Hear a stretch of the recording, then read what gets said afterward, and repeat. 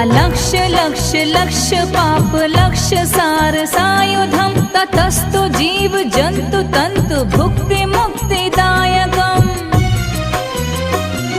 विरंचि विष्णु शंकर सखीय धाम वर्मदे त्वदीय पाद पंकजं नमामि देवी नर्मदे